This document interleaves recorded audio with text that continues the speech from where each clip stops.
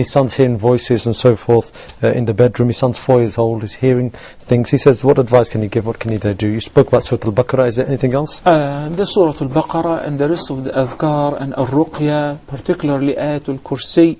And I want you to check in your son's room. Are there pictures and photos and frames hanging everywhere?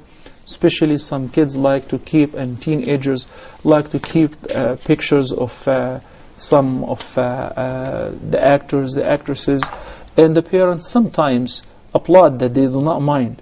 This is an open call for Satans to come in, and that's a no entrance sign for the angels.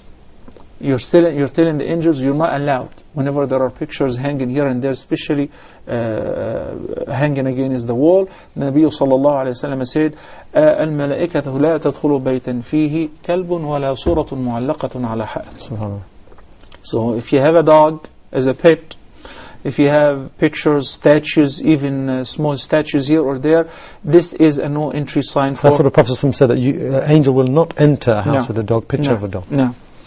This is one thing. The second, if the house, sometimes the people listen to songs with music and watch those awful channels, video clips, and people singing with music and women and all of that, this is also a no entrance sign for the angels and an open invitation for Satan. So imagine a house. I'm not necessarily saying that that is available in your house. Maybe, alhamdulillah, you're much righteous more than any of us. But this is a general answer.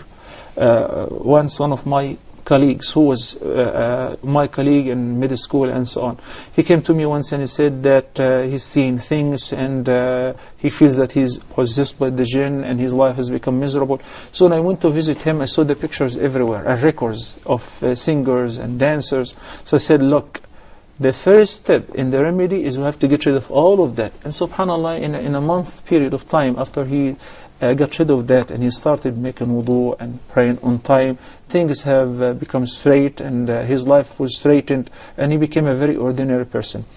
Ayatul Kursi in the evening and Ayatul Kursi in the morning, the best mean of protection for your household.